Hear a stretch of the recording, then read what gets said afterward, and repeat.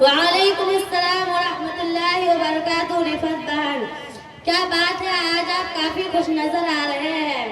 ہاں بہن، خوشی تو واقعی ہے، اور اس وقت تو میں آپ ہی کے گھر جا رہی تھی، لیکن چلیے راستے میں ہی ملاقات ہو گئی۔ رفت بہن، کیا کوئی خاص بات تھی یا محض ملاقات کے غرض سے آپ جا رہے تھے؟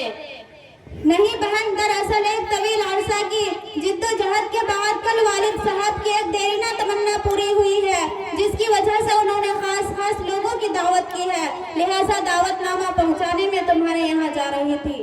بہن، مگر میں نے تو اب تک نہیں سمجھا کہ آخر ماجرا کیا ہے۔ ماجرا تو کچھ بھی نہیں، تم تو جانتے ہی ہو کہ میرے والد صاحب ایک اچھا عالم ہے، اور علاقے بھر میں بلکہ اس سے باہر بھی ان کو لوگ قدر کی نگاہ سے دیکھتے ہیں۔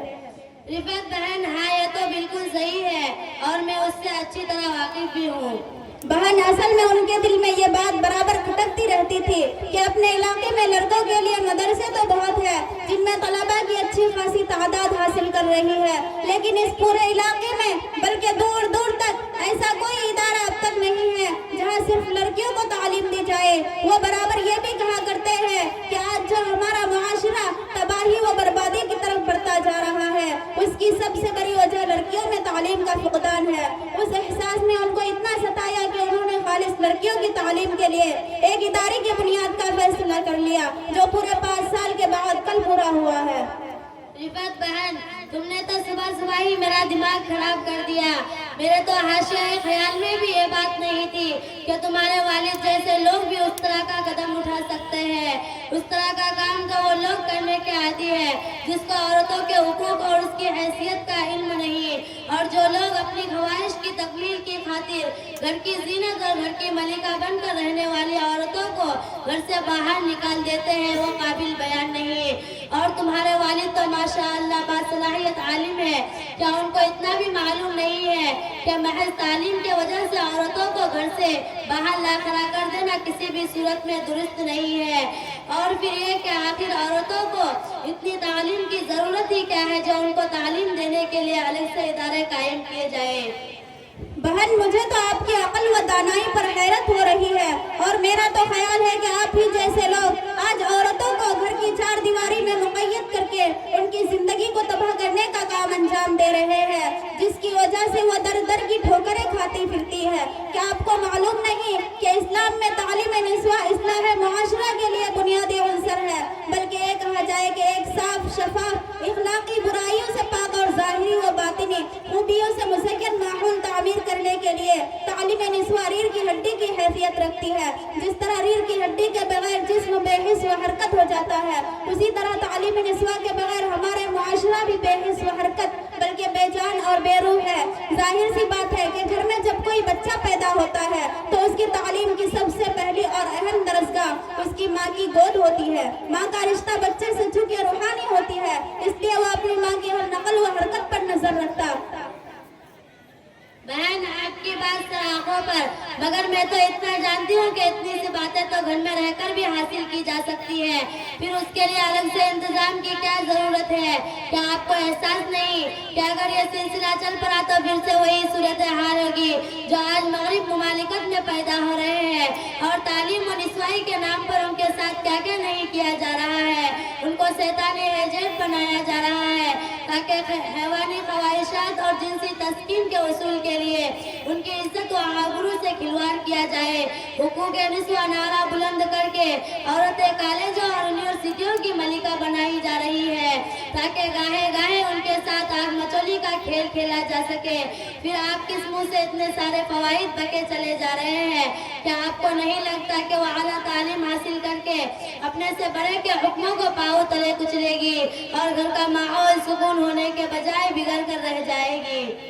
میری پیاری بہن، آپ کی یہ جذباتی باتیں آپ کی لا علمی پر مبنی ہے، ورنہ سچ تو یہ ہے کہ اگر آپ کے اندر عقل نام کی کوئی چیز ہوتی تو شاید آپ اس طرح کے بکواس نہ کرتے۔ ارے بہن، آپ اسلامی طرز کا مقابلہ مغربی تہذیب سے کیوں کر رہے ہیں؟ ان کا مقصد تعلیم کہاں ہوتی ہے؟ وہ تو اس نام پر عورتوں کو گھر سے باہر نکالنا چاہتے ہیں تاکہ ان کے ساتھ جن سے تعلقات قائم کیے جا سکے، ورنہ اگر عورتوں کو تعلیم دینا عیب ہوتا تو پھر آپ صلی اللہ علیہ وسلم عورتوں کی تعلیم پر زور کیوں دیتے؟ یہی نہیں بلکہ آپ صلی اللہ علیہ وسلم نے خود اپنے زمانے میں عورتوں کی تعلیم کے لیے ایک دن خاص کر رکھا تھا۔ عید و بقرعید جیسے موقع پر آپ صلی اللہ علیہ وسلم جب مردوں میں خطاب سے فارغ ہو جاتے تو خواتین کی مجلس کا رخ فرماتے اور ان کی دینی رہنمائی فرماتے۔ آخر یہ تمام طریقے کس لیے تھے؟ صاف سی بات ہے کہ آپ صلی اللہ علیہ وسلم عورتوں کو تعلیم دے کر ان کو ان کے حقوق سے آگاہ کرنا چاہتے تھے تاکہ کسی بھی مرحلہ میں ان کو ناانصافی کا منہ دیکھنا نہ پڑے۔ بہن، آپ اتنا تو جانتے ہی ہیں کہ اللہ تبارک و تعالیٰ نے مرد و عورت کو پیدا کر کے دونوں کی ذمہ داریوں کو تقسیم کر دیا ہے۔ عورتوں سے کہا گیا ہے کہ تم اپنی گھر کی ملکہ بن کر بیٹھی رہو اور اپنی پوری توجہ گھر کا ماحول سدھارنے پر مرکوز رکھو، جبکہ مردوں کو باہر کی دنیا کا ذمہ دار بنایا۔ پھر میں تو نہیں سمجھتا کہ گھر کی ذمہ داریوں کو سنبھالنے کے لیے اس کو کسی بھی اعلیٰ تعلیم کی ضرورت ہو۔ دوسری بات یہ کہ اگر عورتیں تعلیم کے بہانے روزانہ گھر سے باہر نکلے گی تو ان کی عزت و آبرو پر دھبا آنے میں کیا ہی رکاوٹ ہو سکتی ہے۔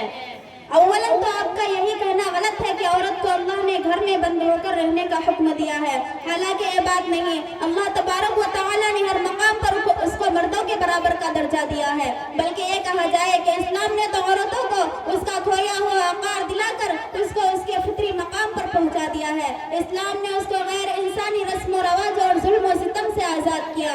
قرآن نے عورت کے بارے میں شعور جگایا کہ اس کا اللہ کے نزدیک ایک خاص مقام ہے، اس کو پورا حق ہے کہ وہ علم دین، خدمت اسلام اور خیر تقوی کی راہ میں حصہ لے اور صالح معاشرہ کی تعمیر میں شرکت کر کے نمایاں کردار ادا کرے۔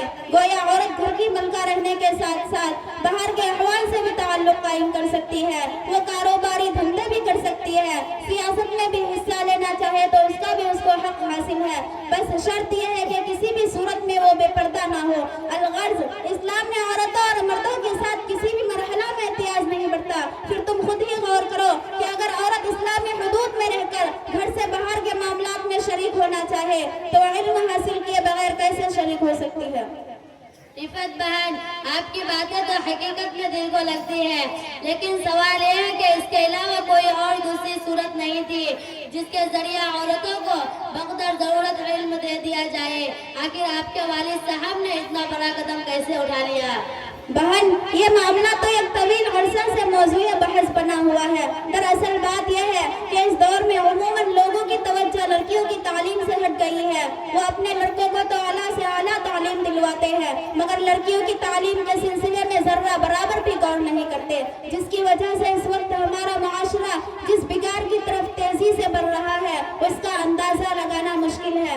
آج ہمارے معاشرے میں کم و بیش وہی صورتحال پیدا ہوتی جا رہی ہے جو حالت دور جاہلیت میں تھی۔ وہ لڑکی جس کو گھر کا سارا نظام سنبھالنا پڑتا ہے اس کو تعلیم سے یا تو دور رکھا جا رہا ہے یا پھر ایسے اداروں میں داخل کرایا جا رہا ہے جہاں ان کے اخلاق و کردار سدھرنے کے بجائے اور زیادہ بگڑ جاتے ہیں۔ ان کو اپنے پڑھائے بڑے اور چھوٹے کی پہچان نہیں ہوتی، نتیجتاً پورا گھر جہنم کدہ بن جاتا ہے۔ نہ تو اس کو اپنے حقوق کا علم ہوتا ہے اور نہ ہی گھر کے دوسرے افراد کی وہ قدر کرنا جانتی ہے، جس کی وجہ سے بسا اوقات ان کو ظلم و ستم کا نشانہ بھی بننا پڑتا ہے۔